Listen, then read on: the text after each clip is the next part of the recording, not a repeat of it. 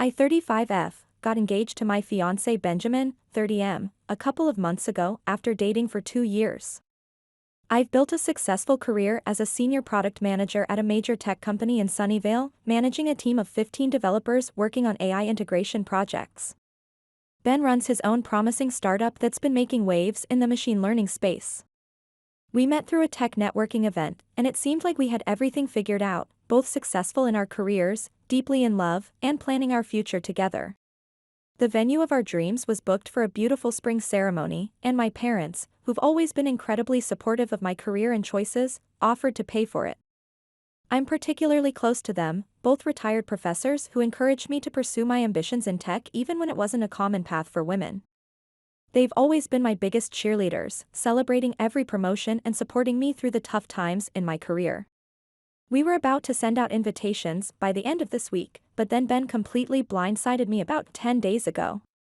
He came home late from work, looking unusually serious, and said he needed to discuss something important about the wedding. My first thought was budget concerns or maybe venue issues. Instead, he dropped a bomb: he didn't want my parents at the wedding. I couldn't believe what I was hearing. As an only child, the idea of getting married without my parents present seemed unthinkable. My mind immediately went to my dad, who had teared up when we told him about our engagement and who was supposed to walk me down the aisle. I asked Ben to explain, hoping there was some misunderstanding. That's when he revealed that his parents had taken issue with mine.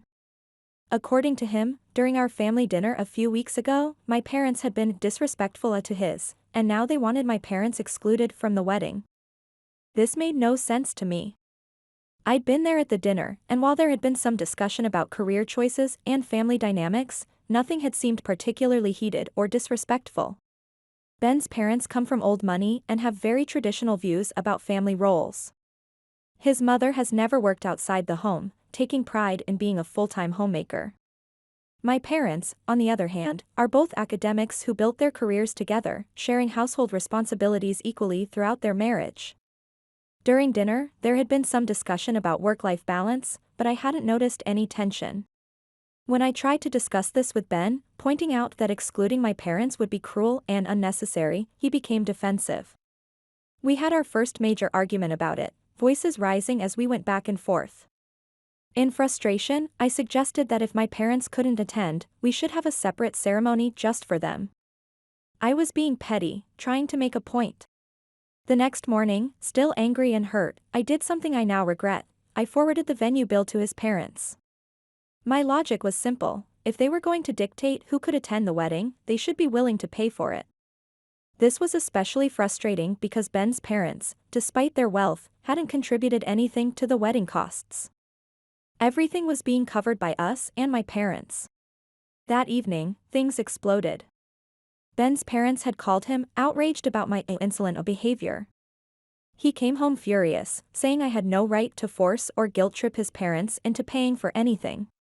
He demanded I apologize to them immediately. But I stood my ground: if they had the audacity to demand my parents' absence, they should be willing to foot the bill. It was their son's wedding too, after all.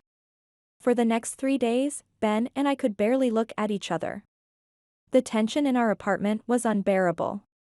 Every conversation, no matter how it started, somehow circled back to the wedding and our parents. I found myself working late at the office, just to avoid coming home to another argument. Our once peaceful home had become a battleground of silent treatments and heated exchanges. The constant fighting had left me emotionally drained. I started questioning everything about our relationship. How had we gone from planning our future together to barely being able to stay in the same room? I began seriously considering calling off the wedding. The thought made me physically ill, but continuing like this seemed impossible. Then, on the third night, something shifted. Ben came home with takeout from my favorite Thai place, a peace offering. He admitted his parents were being unreasonable and said we could work things out if we stuck together. He acknowledged that this was supposed to be our day, and we both deserved to have our parents there. His apology seemed sincere, and I felt some of the tension leave my body. We agreed to give the situation some time to cool down. We'd avoid discussing it for a few days since arguing clearly wasn't helping. I truly believed his apology was genuine. I should have known better. Looking back, I realize I was naive to think he'd let go of what he saw as an insult to his parents. A week passed in this uneasy truce. We went through the motions of normal life, working, having dinner together, watching our favorite shows.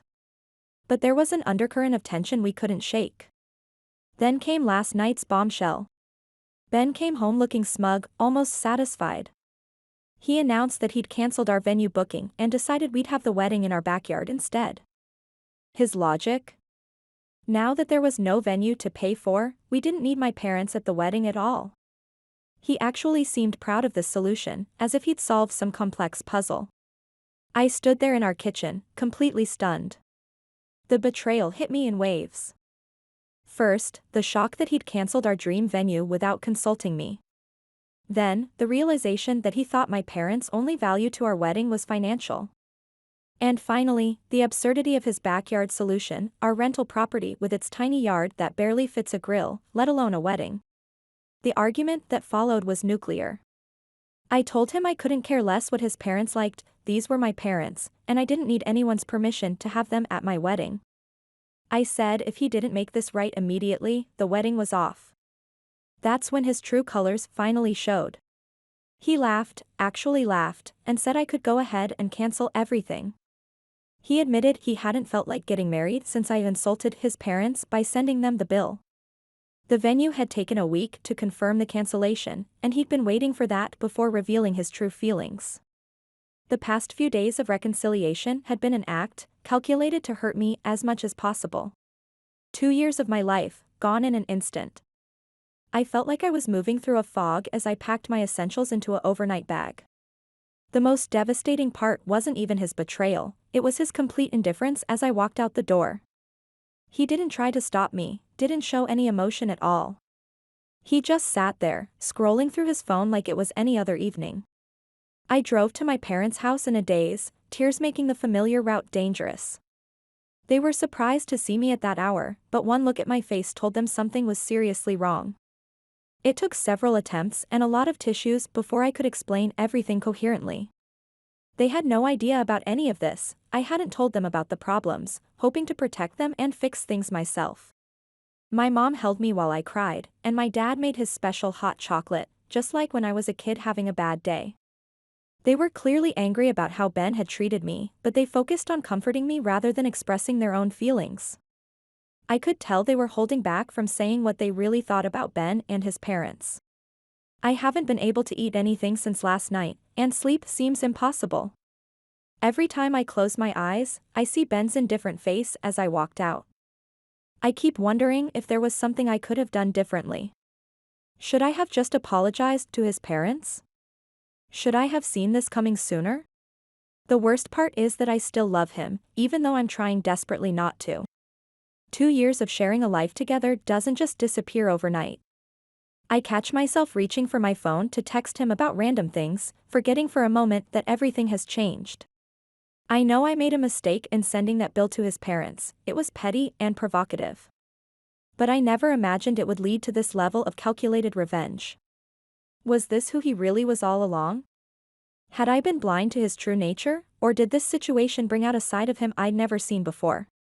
Tomorrow I'll need to start canceling vendors and telling people the wedding is off. But right now, I'm sitting in my childhood bedroom, surrounded by memories of simpler times, wondering how I'm supposed to move forward from here. Update 1, I've been staying with my parents for 3 days now, and I finally learned what actually happened at that fateful dinner where my fiancé's parents found mine really rude. I needed to understand this crucial piece of the puzzle, so I asked my parents to tell me exactly what transpired during the brief period when Ben was out smoking and I was in the kitchen opening wine. Apparently, Ben's mother started praising me for upholding traditional values by doing all the kitchen work that evening. She even proudly declared that she'd never allowed her son or husband to step foot in the kitchen throughout their lives. What she didn't know was that Ben and I had always shared cooking duties, something I'd mentioned to my parents with pride because it reflected our equal partnership. My parents, being the straightforward academics they are, actually laughed at her assumption. They explained that I was only in the kitchen that day because I chose to cook, but usually Ben and I take turns. This was something I'd shared with them proudly because it represented the balanced relationship we'd built. This revelation utterly shocked Ben's parents. They tried to argue that my parents must be mistaken, but my parents stood firm. They went further, explaining that they'd be disappointed if I took on all household responsibilities alongside my demanding tech career just because I'm a woman. They emphasized their belief in a balanced marriage where partners share responsibilities equally. According to my mom, Ben's parents' faces completely changed at this point. They made what she described as a society page smiles, polite but cold, and refused to engage further in the conversation. My parents realized they'd offended them but didn't think it was serious enough to mention to me. They thought that since I was marrying Ben, not his parents, everything would be fine as long as he and I were aligned in our values. What's really hitting me now is how this explains so many subtle tensions I'd noticed but dismissed. The way Ben's mother would make pointed comments about career women during our visits. How his father would praise Ben for letting me continue working after marriage. I'd always brushed these off as generational differences, but now I see they were expecting me to eventually conform to their traditional values. The most painful realization isn't just that Ben sided with his parents, it's that he might have shared their views all along. Was he expecting me to eventually quit my job? Did he resent that I earned more than him? Was our supposed equal partnership just temporary in his mind? These past few days have given me clarity about something else too. When Ben's parents demanded my parents' exclusion from the wedding, it wasn't just about that one dinner conversation. They were trying to assert control over our future family dynamic. By showing they could exclude my parents from major family events, they were establishing their authority over our lives. I'm grateful to my parents for keeping quiet initially, they were trying to keep the peace. But knowing this context now, I don't think telling me earlier would have changed much. If anything, it would have just brought forward the inevitable breakup. The fundamental issue wasn't just about wedding guests or venue payments, it was about deeply incompatible values and expectations. Looking back, there were so many red flags I ignored. The way Ben would tense up when I talked about my career goals. His hesitation when I suggested we split all expenses equally. His discomfort when I earned a promotion that put my salary above his. I'd attributed it all to startup stress or temporary insecurities, but maybe these were signs of his true beliefs. In a way, what happened was for the best. Ben's parents had always maintained a polite facade with me, but I'm certain that would have changed after marriage. Their mask slipped during that dinner conversation, showing their true expectations. Better to discover this now than after we were legally bound together. While I'm still heartbroken, I'm starting to accept that Ben isn't the right person for me. A man who could systematically plan to hurt me over a perceived slight to his parents isn't someone I want to build a life with. A partner who would exclude my parents from our wedding isn't someone who truly respects me or my family. I'm trying to focus on the bullet I dodged rather than the time I lost. Yes, it hurts now, but imagine discovering these attitudes 5 years into a marriage, maybe with children involved. At least now I can make a clean break and rebuild my life on my own terms. Update 2, it's been almost a week since I left, and today I finally went back to get all my things from Ben's house. I'd been avoiding this moment, preferring to stay in my parents' guest room with just the essentials I'd grabbed that night. But with my lease ending soon on my part of the rent, I knew I couldn't postpone it any longer. Arriving at what used to be our shared home felt surreal. All those mornings rushing to get ready for work, evening Netflix sessions, weekend brunches, now just memories in a place that suddenly felt foreign. I brought empty boxes and a determination to get through this as quickly as possible. Ben was there when I arrived, but he might as well have been a piece of furniture. He didn't acknowledge my presence beyond a brief glance when I walked in. The silence was deafening as I moved through the house, packing away 2 years of my life. It was strange how items I'd used daily, my coffee mug, my favorite throw blanket, my desk setup, now felt like artifacts from someone else's life. The most difficult part was sorting through our shared items. The matching, Sunnyvale power couple mugs his sister had given us as an engagement gift. The framed photo from our startup networking event where we first met. The extensive cookbook collection we'd built together during lockdown. Each item carried memories that now felt tainted. As I was carefully wrapping our jointly purchased smart home devices, I found myself wondering about the algorithms we'd programmed together. Would he reprogram the morning routine that automatically started my favorite playlist and adjusted the kitchen lights to my preferred brightness? Or would he leave those little pieces of me in the system, ghost protocols running in an empty house? I didn't ask for his help with the packing, and he didn't offer. The only sound was the rustling of bubble wrap and the occasional thud of boxes being filled. I found myself moving with mechanical precision, channeling all my project management skills into this final task, categorizing, organizing, efficiently filling boxes with mathematically optimal arrangements of items. After about an hour, when I was almost finished, Ben finally broke his silence. But it wasn't to apologize or even to say goodbye. It was to discuss splitting the wedding cancellation costs. He had already calculated everything down to the last cent, including the non-refundable deposits and cancellation fees. His voice was businesslike, as if we were discussing a failed merger rather than our broken engagement. The conversation was brief and eerily professional. I agreed to send him a check by the end of the week for my half of the expenses.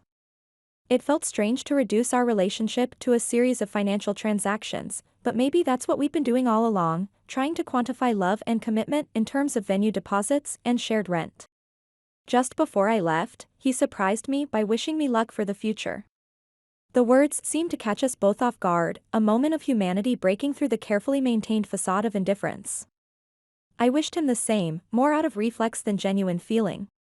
As I drove away with my car full of boxes, I found myself thinking about our different perspectives on the future. I now realize that while I saw our marriage as a partnership of equals, his family viewed it as my integration into their traditional hierarchy. My parents' comments at that dinner had inadvertently exposed this fundamental incompatibility. Looking at our old apartment building in my rearview mirror, I felt a strange mix of grief and relief. I'll miss the life we built there, the morning coffee runs, the late-night coding sessions, the weekend farmers market visits. But I won't miss walking on eggshells around his parents' expectations or compromising my values to maintain peace. I don't know if Ben's parents know about the wedding being called off yet. Given their views on our relationship and the dinner incident, I imagine they're probably relieved.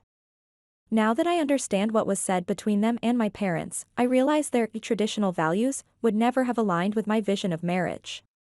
They likely wouldn't have approved of me maintaining my career post-marriage, let alone sharing household responsibilities equally with their son.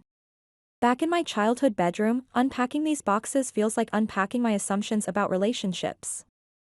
I'm starting to see how Ben's silence about his true beliefs was a form of deception.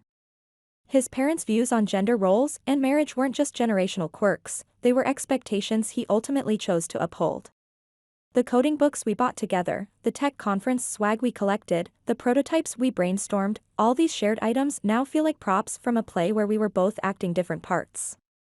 Methodically organizing these belongings in my temporary space, I'm reminded that sometimes the hardest bugs to fix are the ones in our own assumptions about love and compatibility.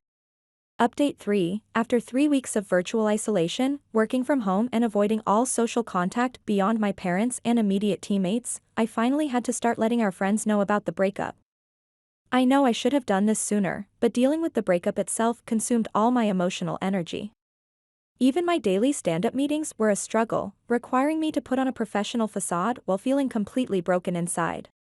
Last night, I finally responded to the mounting pile of texts from our shared social circle. Ben and I had attended the same tech university but didn't know each other then. We connected years later through professional networking. This shared alumni network meant we had several mutual friends, including my best friend Victoria from the computer science program. To most friends, I sent brief, professionally worded messages explaining that due to irreconcilable differences, the wedding was off. I used the most corporate language possible, treating it like a press release about a failed merger. It felt safer that way, more controlled, less likely to trigger the emotional breakdown I was barely keeping at bay. But with Victoria, it was different. Over a lengthy video call, I told her everything: the dinner incident, Ben's manipulation, his parents' traditional expectations, and the calculated revenge with the venue cancellation. She was shocked, especially given Ben's reputation in our tech circle as a progressive startup founder who championed women in tech. The disconnect between his public persona and private beliefs hit her particularly hard because she'd recently accepted a position as a technical advisor for his startup. After hearing the full story, Victoria resigned from her advisory role, citing ethical concerns about working with someone who could be so manipulative and traditional in their personal views while maintaining a progressive public image. This morning, I received angry messages from Ben, accusing me of deliberately sabotaging his company's reputation. Victoria's resignation had apparently triggered concerns among other team members, particularly the female engineers. Now he's demanding that I post a joint statement he's written, similar to those carefully worded celebrity divorce announcements. The draft reads like a startup's damage control press release, all about mutual respect and different paths, with no mention of his deliberate manipulation or his family's traditional expectations. I'm not posting this sanitized version of events. First, it completely absolves him of any wrongdoing. Second, we hadn't even sent out wedding invitations. Our ceremony was meant to be intimate, with just close friends and family. I've already personally informed everyone who needed to know. His insistence on controlling the narrative, even after our breakup, shows the same pattern of manipulation that characterized the end of our relationship. He's more concerned about maintaining his image as a progressive tech leader than acknowledging how his actions contributed to our breakup. This situation has made me realize how much of our relationship might have been performance art, him playing the role of a progressive partner while harboring traditional expectations. Update 4, it's been a month and a half since my last update, and while I'm doing much better now, there's been some intense drama I need to share. The situation with Ben escalated dramatically after I refused to post his carefully crafted breakup announcement. He showed up at my parents' house, demanding to talk about damage control. When I refused to cooperate with his narrative management plans, he completely lost control. Standing in my parents' living room, he started ranting about how I was destroying his company's reputation and ruining relationships he'd spent years building in the tech community. The conversation quickly turned hostile. When I told him that I didn't owe him anything, particularly not protection of his carefully curated public image, he became furious. He started yelling about how I was trying to ruin his reputation out of spite because he'd dumped me. The irony of him showing up at my parents' house, the same parents he'd tried to exclude from our wedding, wasn't lost on me. Things took a darker turn when he punched the wall next to my parents' family photos, leaving a significant dent. It was such a stereotypical display of toxic masculinity that I almost laughed, but instead, I called the police. They arrived quickly, and Ben's parents had to bail him out. That's when his parents launched their own campaign against me. That very night, they sent me a threatening email claiming they would ensure I landed in prison for allegedly harassing their son. His mother even started a GoFundMe campaign to raise money for a defamation lawsuit against me. The irony of them being wealthy enough to afford legal fees but choosing to crowdfund instead wasn't lost on our friends. The GoFundMe description painted me as a vindictive ex-fiancé trying to destroy their family dynamics. They claimed I was attempting to drive a wedge between Ben and his parents because they had traditional family values. Our tech community friends quickly shut this down, reporting the campaign for harassment. I'd blocked Ben and his parents on all platforms after the police incident, so I relied on friends to keep me updated about their attempts to smear my reputation. They were putting considerable effort into making me look like someone who was trying to ruin Ben's relationship with his parents through radical feminist ideas. Their narrative might have gained more traction if they'd stayed quiet, but their aggressive response only made Ben lose more friends and professional connections. Several female founders who'd previously considered partnerships with his startup quietly backed away. The situation reached its breaking point when Ben made a public post claiming my parents had raised me to be a lazy narcissist with no values. After everything, trying to exclude my parents from our wedding, showing up at their house, punching their wall, this was the final straw.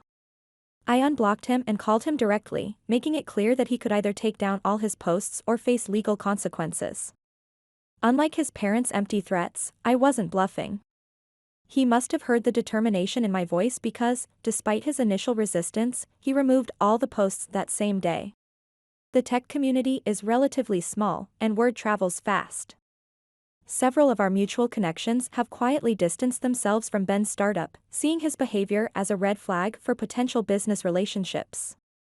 It's ironic that his attempts to protect his reputation ended up damaging it far more than our simple breakup ever could have. It's been 2 weeks since any contact with Ben or his family, and I'm finally feeling like I can breathe again. I'm focusing on my career, leading my team through a major project launch, and slowly rebuilding my social life without the shadow of Ben's drama hanging over me. This experience has taught me a lot about the difference between public personas and private values, especially in the tech industry where image often seems to matter more than substance. I've learned to trust my instincts more and to value authenticity over carefully curated appearances. For now, I'm taking things day by day. My team has been incredibly supportive, and I'm channeling my energy into mentoring other women in tech, hoping to create genuine change rather than just paying lip service to progressive values. Sometimes the best revenge is simply living well and staying true to your principles.